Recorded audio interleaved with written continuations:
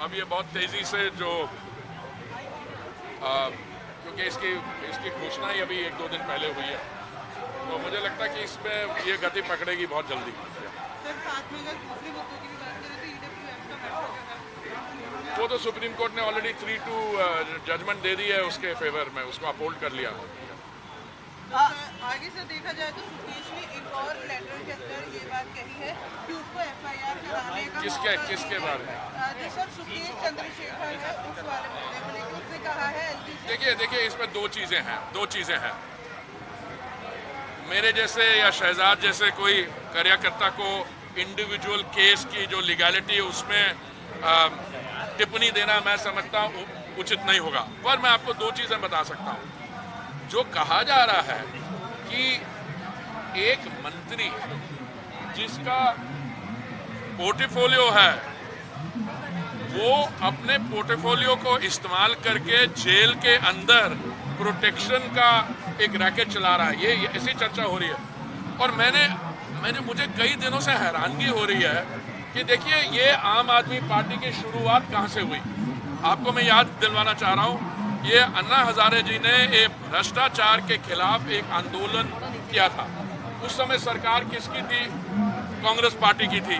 और कांग्रेस पार्टी ने, क्योंकि भ्रष्टाचार का सिर्फ उस समय चर्चा ही नहीं होती थी, उसमें महक है, there was stench of corruption. तो उस समय बहुत लोगों ने, जो नॉन पॉलिटिकल लोग हैं, उन्होंने भी एंटी करप्शन ड्राइव को बढ़ाने के लिए इन लोगों का साथ दिया। उस समय इन्होंने कहा था कि हम कभी we will not transform into a political party, कि हम एक सोशल एक्टिविस्ट रहेंगे। उसके बाद जो हुआ है, अब मुझे तो हैरानगी हो रही है। अगर एक सुकेत नाम का व्यक्ति कहीं जेल के अंदर बैठ के कुछ खत लिख रहा हो, वो तो फिर उसको तो आप इग्नोर कर दीजिए बेशक, पर जो बाकी जगह से चर्चा हो रही है, कैसे ये लोग टिकट, भैया आराम से भैया, टोटल 170 गाड़ियां जाएंगी, अभी तो पहली 30 निकली हैं। और जो मैं उत्साह देख रहा हूँ, और मैं अब देख रहा हूँ, ये सिर्फ एक एमसीडी की इलेक्शन नहीं है। यहाँ पे जो मुद्दे हैं वो अल्टीमेटली दिल्ली वासियों के सिर्फ बात नहीं है, नेशनल राजधानी की बात नहीं है, पर नेशनल डेवलपमेंट की बात है। तो मुझे पूरी उम्मीद है कि जो शुभ कार्य आज सुबह आरंभ हुआ है, उसके आने वाले दिनों में दिल्ली के नागरिकों तक हम ये पहुंचाएंगे कि केंद्रीय सरकार की तरफ से, एमसीडी की तरफ से क्या क्या हुआ है और यहाँ पे रुकावटें किस किस्म की आई हैं, उन रुकावटों को हम कैसे दूर करेंगे। और आगे वाले समय में, देखिए समय बहुत जल्दी बीतता है।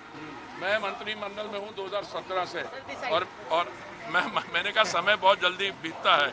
ये एक चुनाव है, आने वाले फिर और भी चुनाव होंगे, पर हमें इसमें भी सफलता मिलेगी भारतीय जनता पार्टी में। और आगे बढ़ने के लिए जो मोदी जी का संकल्प है, सपना है दिल्ली के नागरिकों के लिए, हम उसको पूरा करेंगे। बहुत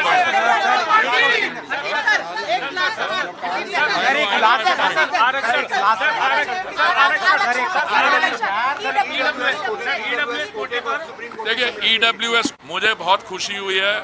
मुझे पूरी उम्मीद थी कि अफर्मेटिव एक्शन जो होती है वो भी इकोनॉमिकली वीकर सेक्शन के लिए, वो किसी भी कॉन्स्टिट्यूशनल प्रोविजन के खिलाफ नहीं थी। और जैसे मैंने 3 जजेस की जो मेजॉरिटी जजमेंट मैंने अभी जो टेलीविज़न पे देखी, मैं आ गया यहाँ आपके पास, मुझे बहुत खुशी है और मुझे लगता है कि इसका बहुत वाइड स्प्रेड स्वागत होगा।